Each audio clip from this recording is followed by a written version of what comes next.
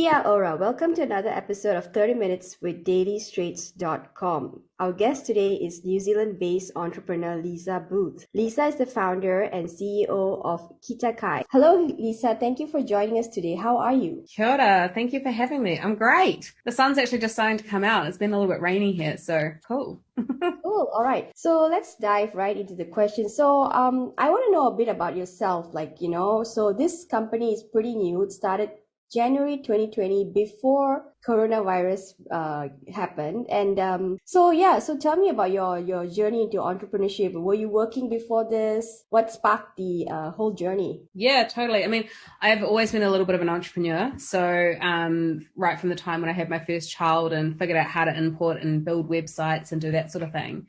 The idea behind Kete Kai has kind of been around for about 6 years, and I've worked alongside lots of different people over the years. But this version of Kete Kai was born last year.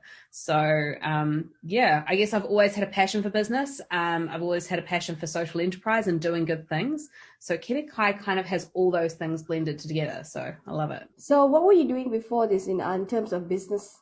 Yeah, a lot of what I did was in the e-commerce space. So I worked for a couple of companies as their, CMOs or COOs, working mainly in marketing and digital strategy. So that's kind of been my journey. The business before Kete Kai was, like a national company that did different online pharmaceutical stuff. I've always been in this online space, have a huge passion for it. Okay, great. So this is the first food-based business that you're going into, or were there other food businesses? There was a food business before this that I was part of that used to do pre-made meals, which was really cool. And that business is still in existence. It's really awesome, called Muscle Fuel. So that was the first time that I've been in a space of production. And because at that particular place, I was the COO, so we had an entire kitchen and packing, entire facility. So that's a whole different beast to what we do at Kete Kai. But I definitely, a lot of my food passion came out in that. All right, so let's talk about Kete Kai. It's a very, let's start with the name. So is it a Maori name? Yeah, it's Maori, so it means, literally means, food bag or food parcel. It was one of our co-founders who was with the company last year. He did a lot of research into it to understand and talked with a lot of sort of professors up at AUT to make sure that it was appropriate. And we ended up settling on Kete Kai. It felt really good having a name in Te Reo, especially because the software solution that we envisage making, would love to export that overseas at some point, and we would love to take the Te Reo with us as well.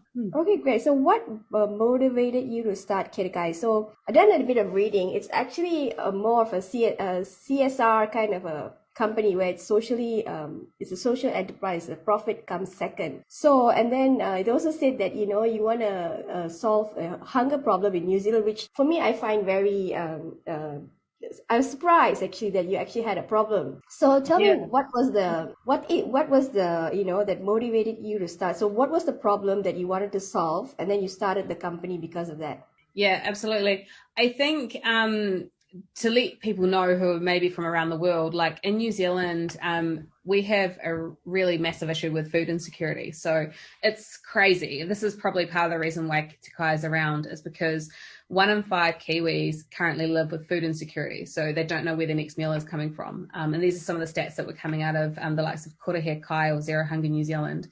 And so when we looked at that stat, that was quite alarming. But what's even more crazy is that New Zealand produces enough food to feed 40 million. So the problem within New Zealand is really solvable. It just seems to be that we're not feeding our own people. So with Kete Kai, people came from technological backgrounds or marketing backgrounds, and we felt like when we looked at the food system in New Zealand that it was quite old school. Like there's a lot of silos that are going on, and a lot of the economic waste was happening in the middle or in the home. So there's a lot of food waste happening in the home. So we kind of felt like, especially for me coming from a digital background, where if you're doing any type of digital marketing, there's an app for everything, there's a solution for everything. But when you're talking about starting a food business, there's not a lot out there. Like you literally have to ring around and find all your suppliers. It's very manual. So we felt that if we could start a food company that could try and change and shape things, that we could actually it could be a catalyst towards changing and solving this problem. All right. So how did you get the idea? Was it through a hackathon or a midnight chat with a friend? Or it's been something that you had all along?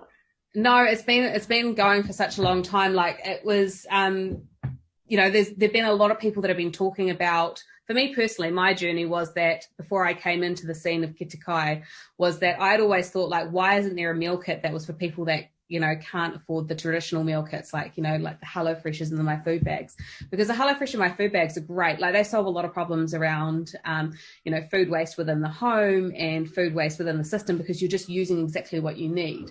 But if you're if you don't have a lot of money, you can't afford those solutions, you might only have half of what that would actually cost. So My Food Bag for my family or something along those lines might cost $190 a week.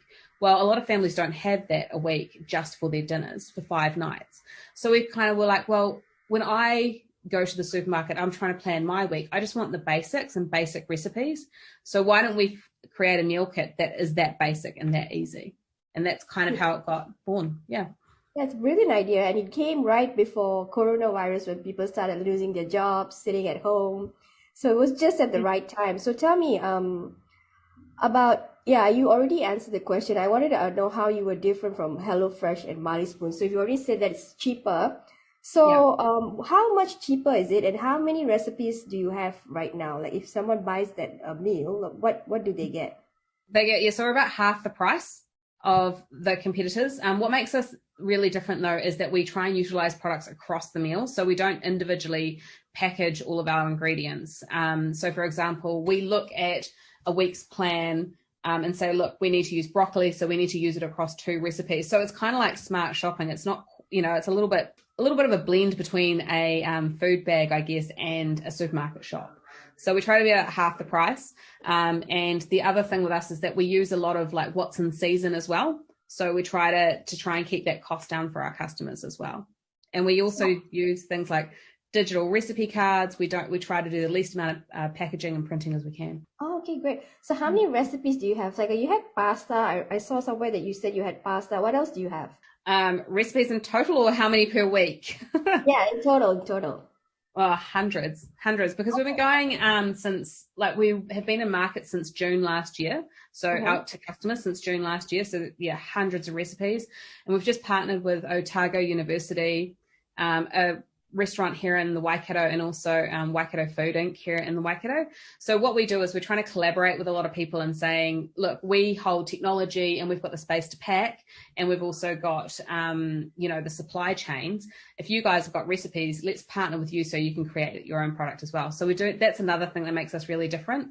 If there is a business that would like to partner with us and create their own meal kit or meal solution, then we can partner with them and work alongside them with that. Yeah, that was going to bring me to my next question, whether you employed chefs or and it doesn't seem like you do employ chefs. You do it this way, right? You partner with restaurants. We partner with people. We have like Kayla and Catherine was one of our recipe developers last year. It was incredible. So we do often... we find that you need a particular type of person that knows how to develop recipes for a meal kit, especially for the way that we do it. Having a chef as such, it doesn't always work. We've tried that a couple of times, but if you're trying to make something fit within a certain price point. But in saying that, we have got some really cool products that are going to be launching soon that are going to have that higher price point. But for us, when we first launched, we really wanted to meet that kaupapa of making, healthy food affordable. Okay, so you're going to have a different range that caters to people from HelloFresh and Marley Spoon, right? Is that right? Maybe, yeah.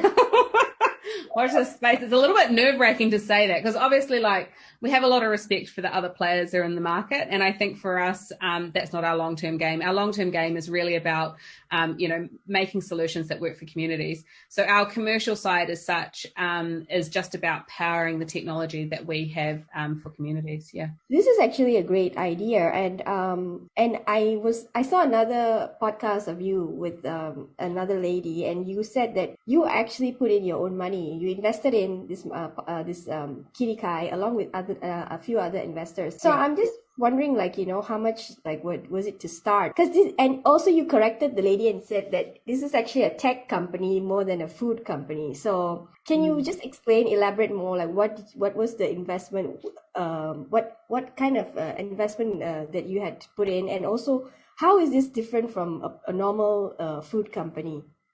Yeah, absolutely. I think from my research, and I don't know too in depth because obviously I don't know what happens in other companies, but from what I've seen in other companies is that their biggest focus has been on the product and the facilitation of how they're packing. Whereas what we did is we've had this real laser focus on the technology and saying, well, why is it that food is so expensive? And a lot of that economic leak happens in the middle. So for example, pulling together recipes and making them all work together. And then when you've got something like produce, which changes every 3 days. So pricing on produce changes every 3 days. And it can be as simple as a flood or something that can wipe broccoli out. And so if something like that happens, you need to be responsive really quickly. So we were like, well, if we need to be really responsive, then we need to create technology that can do that for us rather than it be us. So what we've done is, yes, we're kind of a hybrid. Yes, we are absolutely a food company, but we're actually a tech company as well. And it's the technology that we want to put into communities and small businesses to empower them to do this work. Because when you actually step into say a small business or restaurant or community and see the way that they are packaging things together, 9 times out of 10, they're using Excel and whiteboards. And they're trying to figure out, and they kind of do like a bit of a mop up at the end of the week to figure out where the profit and loss was. Whereas we believe that if we can help build technology to facilitate that, then they can make a lot more money doing what they're doing.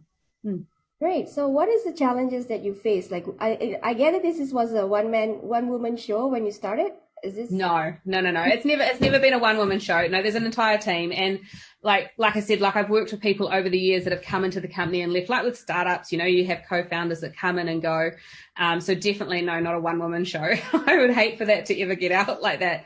And even now, like my team, they're all fully invested into this. They've all done volunteering hours as well as paid hours. And a lot of the ideas, I'm fronting an entire team of people that are passionate about this Kaupapa, and they all bring incredible stuff to the work that we do. So, yeah. What was sorry, I think you missed the question. What was the investment that you pumped in and along with the other investors? Yeah, absolutely. How much do I personally put in, or? Yeah, you don't mind sharing because I just... Yeah, so probably over the last 6 months, I've probably put in about 70,000. And we've had other sort of investors and stuff that probably put another 40 to 50. And I mean, that's pretty lean for something that's been going over sort of like the last year and a half, and supported a team of 8. Because one of our things is that we want to be sustainable. So we make money off our commercial side as well to help fund our team. And a lot of the last 18 months has been a lot of R&D and understanding our product and what our technology was going to look like. So now we kind of really want to gear up for that next big round of investment. Now that we've done like our pilots and we've really tested, different types of technology, we really need to go for a really large round so we can really build that out now. All right, great. So, okay, so it said you started serving meals in June. So from January to June, it was all groundwork, doing the branding and everything? Yeah, absolutely. January to June, yeah, absolutely. Understanding what our product was and what our brand was and where we were heading. And we've constantly pivoting, like we were constantly pivoting over that time, like what we thought we were going to go to market with and what we ended up going to market with ended up being different things.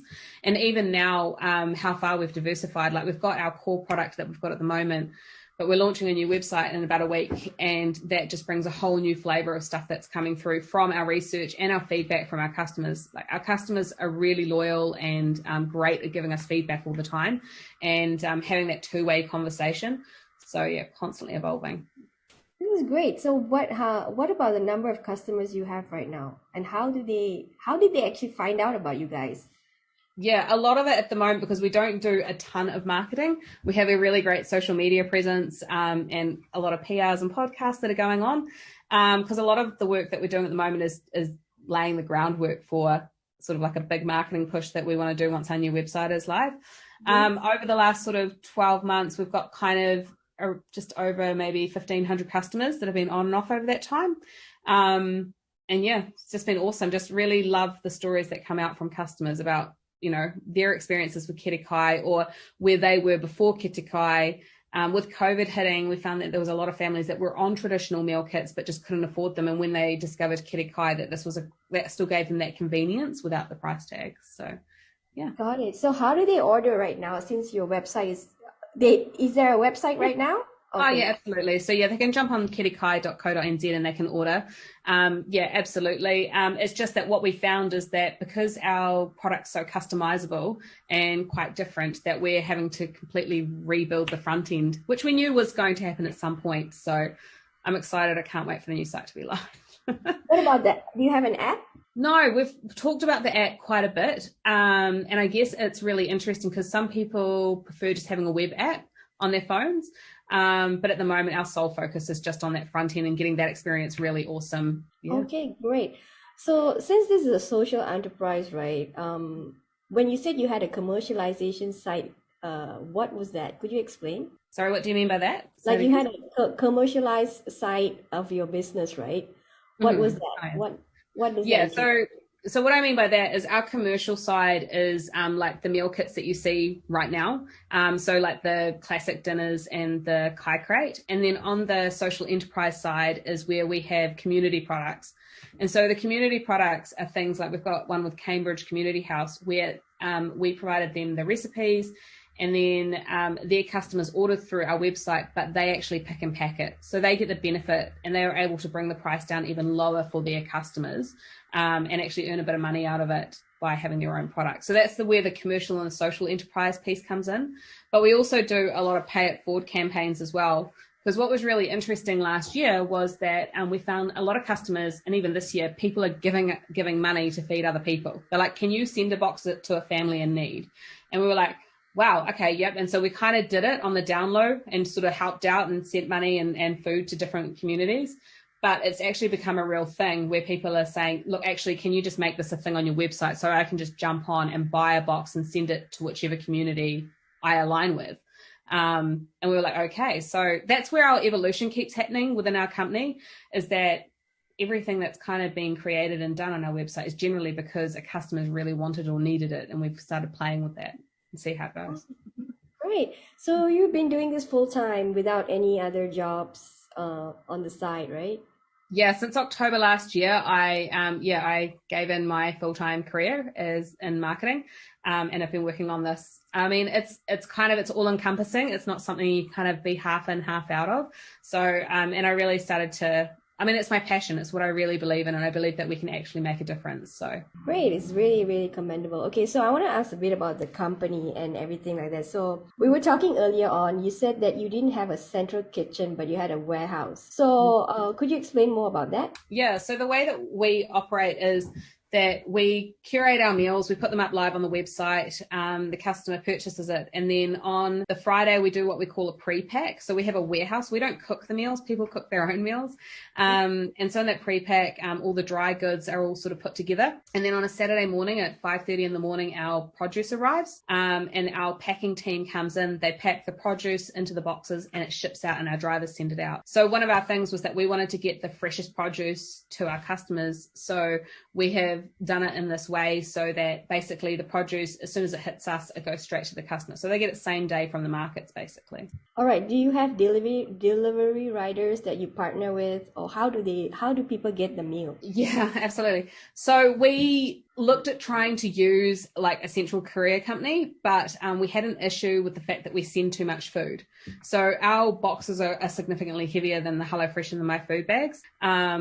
We send large quantities. So in order to ship it would have cost like 3-4 times the price of what we charge. So we actually have our own internal logistics. We have 2 drivers that actually do it for us. And they come in, we use our own vans and deliver it ourselves. So we deliver it directly to the customer's door. So the customer typically gets a box with all the produce and the dry goods in it, and then a returnable cooler bag that has ice and their fresh goods in it. And they just return the cooler bag with their next delivery or just hand it straight back to the driver on the spot. Wow, that's great. So you have to cover a really a small area to do this, right? So where are you right now? Yeah, so we're in the Waikato and that's where we're delivering right now, is just in the Waikato. But we are looking to expand a little bit further afield where the needs, where people are asking for us.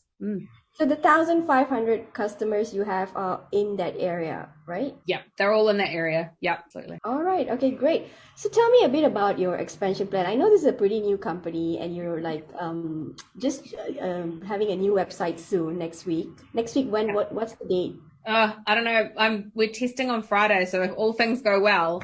But yeah, I'm driving my developers pretty hard. I'm like really excited about it. So hopefully sort of beginning of next week is the plan. All things going well. So that website will have a bigger bandwidth and more people could come in and it won't crash. Is that what it is, or just new look? Yeah, it's a new look and feel. It's also, there has been an element of crashing, I think, because we were using just traditional Shopify and it wasn't handling all of the custom code that we'd put into it. So we're still using a little bit of Shopify, the back end, but the boys have completely redeveloped the front end. And it allows us a lot more flexibility. For example, at the moment on our product pages, like adding something like another area just almost breaks it. So we can't do any of that.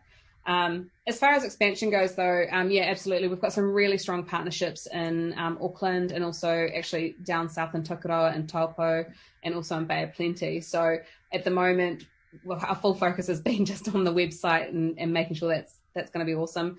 But then we're having those conversations this week and sort of starting to test the water on where we should go to next.